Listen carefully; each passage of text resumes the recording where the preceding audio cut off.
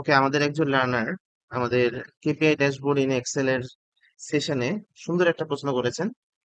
আমি যখন ভিলুকআপ দেখাচ্ছিলাম, উনি আমাকে একটা প্রশ্ন করলেন যে ভাইয়া, আমাদের ভিলুকআপ তো আমরা জানলাম, ঠিক আছে, বাট এখন যদি এরকম হয় যে কোনো একটা ডেটার লাস্ট এন্ট্রি আমরা যদি পেতে চাই, তাহলে আমরা কিভাবে কাজটা করবো? এটা কি ভিলুকআপ দিয়ে হবে?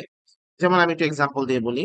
যেমন ধরেন, এই যে গার্সিয়া কারেন, সে কিন্তু দেখেন এখানে বেশ কয়েকবার তার নাম আছে, হ্যাঁ, একবার, দুইবার, তিনবার, তারপরে চারবার, পাঁচবার, ছয়বার। মানে এই ডেটার মধ্যে ছয়বার তার ইনফরমেশনটা এখানে আসছে। তো আমার লার্নারের কোশ্চেন হচ্ছে, আমি যদি ভিলুকআপ ব্যবহার করি, তাহলে তো ভাইয়া আপনি আমাকে তো শুধুমাত্র প্রথম ডেটাটা এনে দিবেন।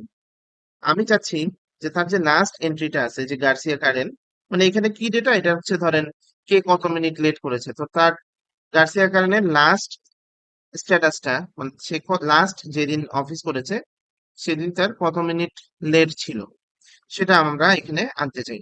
তো এখন যদি আমি ভিলুকআপ ব্যবহার করি, ভিলুকআপ আনলাম, আমি ধরেন গার্সিয়া কারেন্টকে সিলেক্ট করলাম, কমা, জাস্ট আমি রেঞ্জটা সিলেক্ট করে দিচ্ছি, অ্যারে, টেবিল অ্যারে লক করে দিতে পারি, কমা, আমি এখানে দেবো হচ্ছে আমাদের যেহেতু লাস্ট ডে মিনিট হিসেবে আছে, তাহলে 1 2 3, 3 নাম্বার কলাম দিলাম, কমা, এক্সাক্ট ম্যাচ দেখে 0 দিলাম।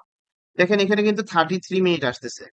আমি যদি এখন দেখতে চাই যে হচ্ছে রোজ মার্ক, সে হচ্ছে তার লাস্ট সে কত মিনিট লেট করেছে, তো রোজ মার্ক আমরা দেখতে পাচ্ছি যে সে একদম শেষে আছে 32 মিনিট। বাট আমি যদি এখানে রোজ মার্ক সিলেক্ট করে দিই, এখানে দেখেন 5 চলে আসছে। অ্যাকচুয়ালি কিন্তু অ্যাকুরেসি আমরা পাচ্ছি না। তো আমি চাচ্ছি যে শুরু থেকে ডেটটাকে অ্যাভয়েড করে বা টাইমটাকে অ্যাভয়েড করে সে লাস্টের যেই লেট মিনিট আছে সেটা যাতে সে কাউন্ট করে বা সেটাকে যাতে সে নিয়ে আসে। তো এই ক্ষেত্রে আমাদের যে ফর্মুলাটা এখানে আমরা ব্যবহার করব, এই ফর্মুলার মধ্যে কিছু ফাংশন ব্যবহার করতে হবে। ফাংশন গুলো কি কি? যেমন ইন্ডেক্স, আমি যদি জাস্ট এখানে লিখি আপনাদের জন্য, ইন্ডেক্স আমরা ব্যবহার করব। তারপরে হচ্ছে ইফ ফাংশন ব্যবহার করতে হবে। রো ফাংশন আমাদেরকে ব্যবহার করতে হবে। কেন আমাদের রো ফাংশনটা লাগবে? আমাদের খেয়াল করে দেখেন, আমি জানতে চাচ্ছি, যদি আমি জাস্ট ধরেন টেবিল অ্যারে, যেহেতু আমাদের এইটুকু রেঞ্জ আছে, তাই না, এর মধ্যে যদি আমি সিরিয়াল নাম্বার করতে চাই, তাহলে এটা আমাদের অবশ্যই 1 নাম্বার হবে, তাই না? তো আমি যদি এখন জাস্ট এটাকে সিরিয়াল নাম্বার করি, যদি আমি গার্সিয়া কারেনকে এখানে তার লাস্ট লেট স্ট্যাটাস আনতে চাই, তাহলে আমি যদি এখানে খেয়াল করি, 11 নাম্বার যে রো আছে, এই রোর ইনফরমেশন আমার লাগবে। তো সেই ক্ষেত্রে এখন যদি আমি সিম্পলি দেখেন ইন্ডেক্স ফাংশন দিয়ে কাজটা করে ফেলি, খুব সহজেই হবে। ইকুয়াল টু, আমি দিলাম ইন্ডেক্স, ব্র্যাকেট স্টার্ট করলাম, অ্যারে হিসেবে, যেহেতু আমাদের এই যেই মিনিট আছে, এই মিনিটের মধ্যেই তো কোনো একটা মিনিট লাগবে, তাই না? তো আমি কি করব, এই টোটাল রেঞ্জটা আমি সিলেক্ট করব, সিলেক্ট করলাম। সিলেক্ট করে এখন আমি যদি কমা দেই, দেখেন কততম রো নাম্বার, মানে এখান থেকে সে কয় ঘর নিচে নামলে আমি 27 পাবো। আমি যদি এইখানে দেখেন, এখান থেকে শুরু করি 1 2 3 4, 11 নাম্বারে আসলে কিন্তু আমি এই 27, মানে আমি যদি উপর থেকে 11তম সিরিয়াল নিচে নামি, মানে 11টা স্টেপ নিচে নামি, তাহলে আমি এই 27 কে খুঁজে পাবো। আমি যদি এখন এখানে এই যে 11 নাম্বার যে সিরিয়াল আছে, এই ঘরটা সিলেক্ট করে দিই, অথবা যদি আমি এখানে 11 লিখি এবং এন্টার দিই, দেখেন আমি কিন্তু খুব সহজে পেয়ে যাচ্ছি গার্সিয়া কারেনের শেষ যেই স্ট্যাটাস, সে লাস্ট যত মিনিট লেট করেছে অফিসে, সেই ইনফরমেশনটা পেয়ে গেলাম। কিন্তু এখন যদি আমি গার্সিয়া কারেনের জায়গায় ধরেন আহ রোজ মার্ককে সিলেক্ট করলাম, তাও দেখেন এটা কিন্তু 27 দেখাচ্ছে, বাট রোজ মার্কের লাস্ট স্ট্যাটাস হচ্ছে 32 মিনিট সে লেট করেছে।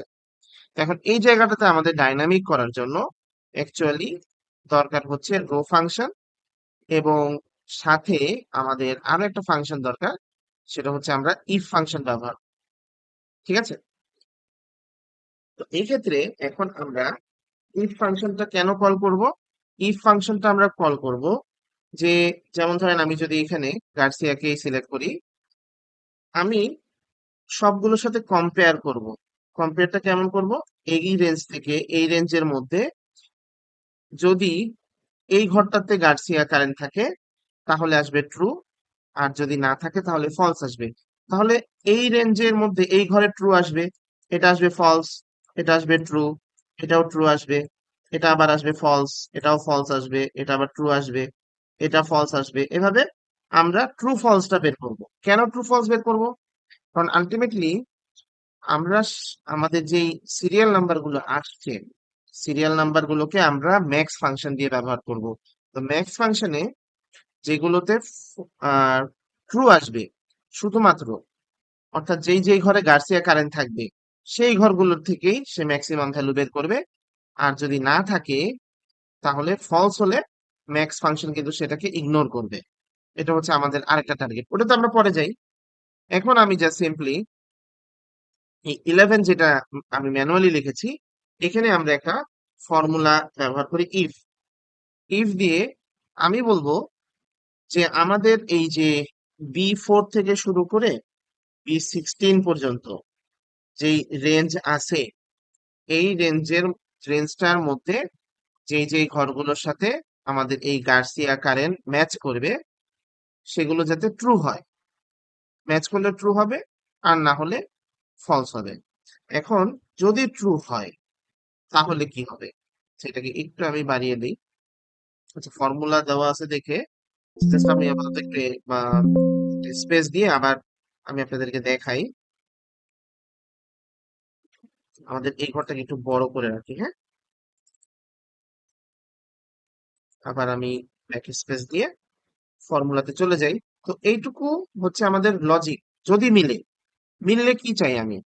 যদি ভ্যালু ট্রু হয়, যদি ট্রু হয় তখন আমি বলবো, তখন যাতে আমাদের এই যে এইখান থেকে এই পর্যন্ত যে রো আছে সেই রোর অবস্থানটা যাতে আমাকে কাউন্ট করে দেয়। যেমন এইখানে দেখেন এই 33 আছে, তাই না?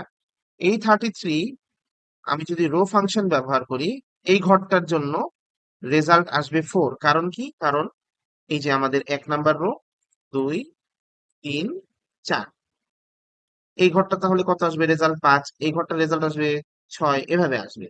ঠিক আছে, তাহলে আমি এখানে বলবো রো, ব্র্যাকেট স্টার্ট করলাম করে, এখানে আমি এই যে যে রেঞ্জ আছে এই রেঞ্জটাকে আমি যা সিলেক্ট করে দিব। তো আমরা বেসিক্যালি রো কোনটা সিলেক্ট করবো? এটাকেই সিলেক্ট করি, হ্যাঁ। এটার রেঞ্জ আমরা সিলেক্ট করলাম, আমরা এই রেঞ্জ আমরা সিলেক্ট করলাম, রেজাল্ট একই আসবে। কারণ এখানে রো নাম্বার কত সেটা আমরা বের করবো, হ্যাঁ।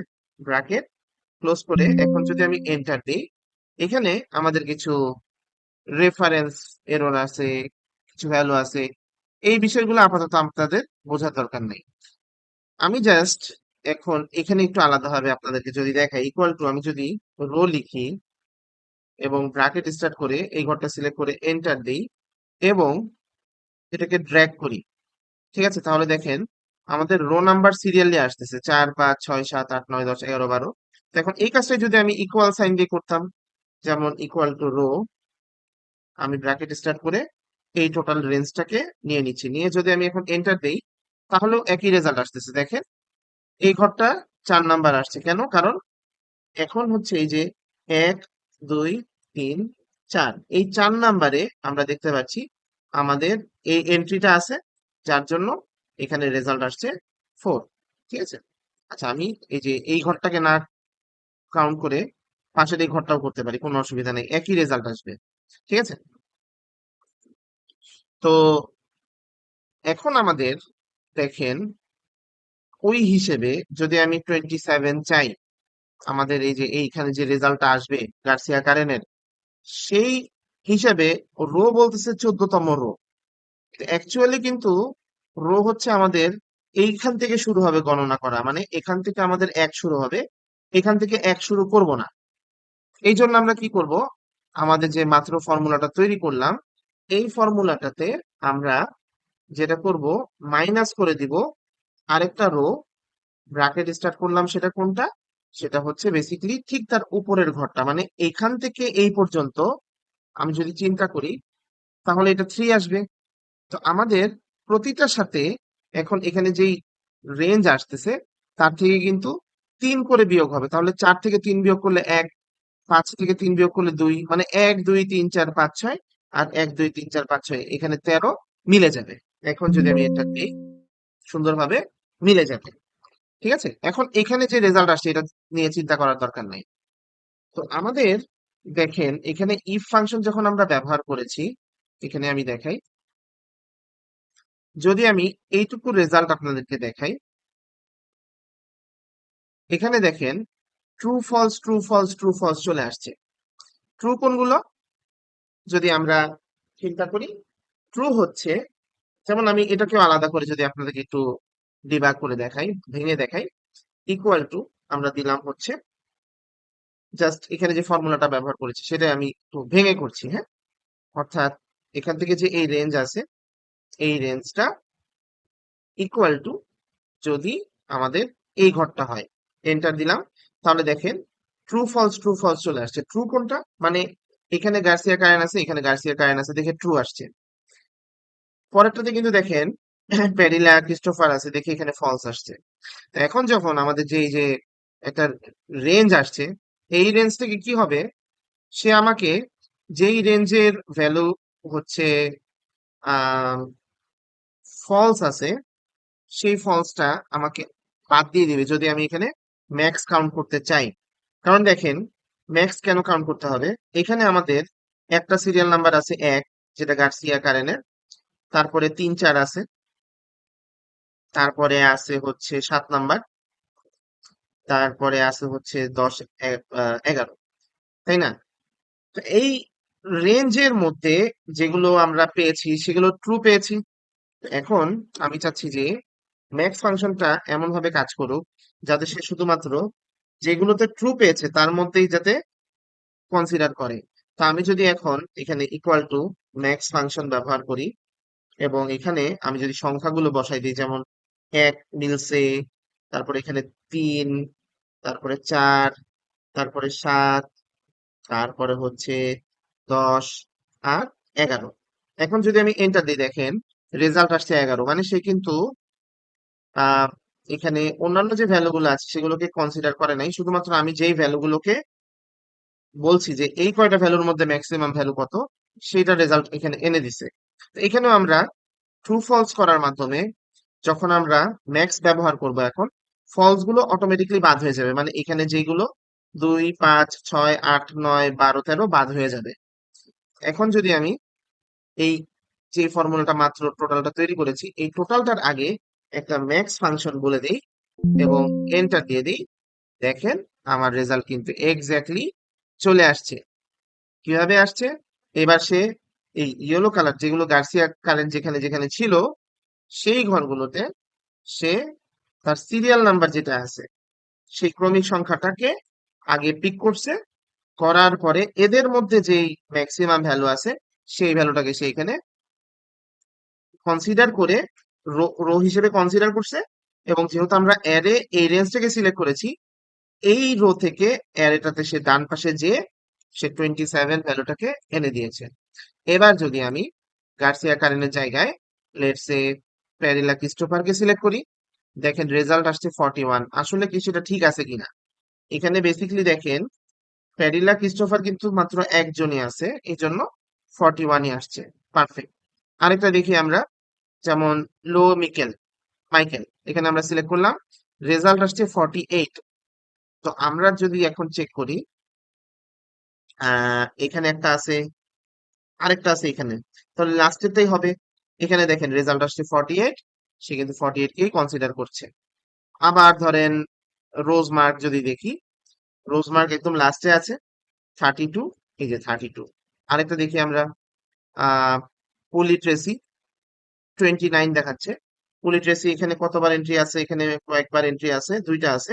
তো এইখানে লাস্টেরটা হচ্ছে 29, এই যে 29 চলে আসছে। এইভাবে আমরা খুব সুন্দরভাবে দেখেন, একটু জটিল ফর্মুলা লাগতে পারে বাট এই ফর্মুলাটা খুবই এফেক্টিভ। এইভাবে আমি আপনাদেরকে একদম ভেঙে ভেঙে বুঝিয়ে দিছি। আশা করি আপনারা বুঝতে পারছেন যে কিভাবে আমরা এখানে রো ফাংশন ব্যবহার করেছি, তারপর হচ্ছে ম্যাক্স ফাংশন লাস্টে কেন ব্যবহার করলাম, ইন্ডেক্স কেন ব্যবহার করলাম। হ্যাঁ, তো বেসিক্যালি আমাদের এইখান থেকে এই পর্যন্ত হচ্ছে ম্যাচ ফাংশনটার কাজ করে রো ওয়াইজ। আমি যদি আরেকটু ডিটেল বলি, যেমন ধরেন আমি যদি ইন্ডেক্স ব্যবহার করি, ইন্ডেক্স আপনারা যদি একটু খেয়াল করে দেখেন, ফার্স্টে তো আমরা অ্যারে নিই, অ্যারের পরে এই রো নাম্বার, মানে আমি কততম রোতে যাব যেখান থেকে আমরা আমাদের কাঙ্ক্ষিত ডেটার ইনফরমেশন ওই রো ওয়াইজ পাবো। তো এখানে আমরা কিন্তু শুধুমাত্র রো নাম্বার নিয়ে কাজ করেছি, এখানে আমাদের কলাম নাম্বারের কোনো দরকারই নাই। ঠিক আছে, তো এটাই হচ্ছে আমাদের আজকের ডিসকাশন। আশা করি আপনাদের ভিডিওটা ভালো লাগবে। যদি ভালো লাগে তাহলে আমার চ্যানেলটা সাবস্ক্রাইব করে দিবেন এবং এভাবেই আমার চ্যানেলটাকে সাপোর্ট করবেন। আমি প্রতিনিয়ত অল্প ভিডিও দিই, কিন্তু ইফেক্টিভ ভিডিও আপনাদের জন্য দিই।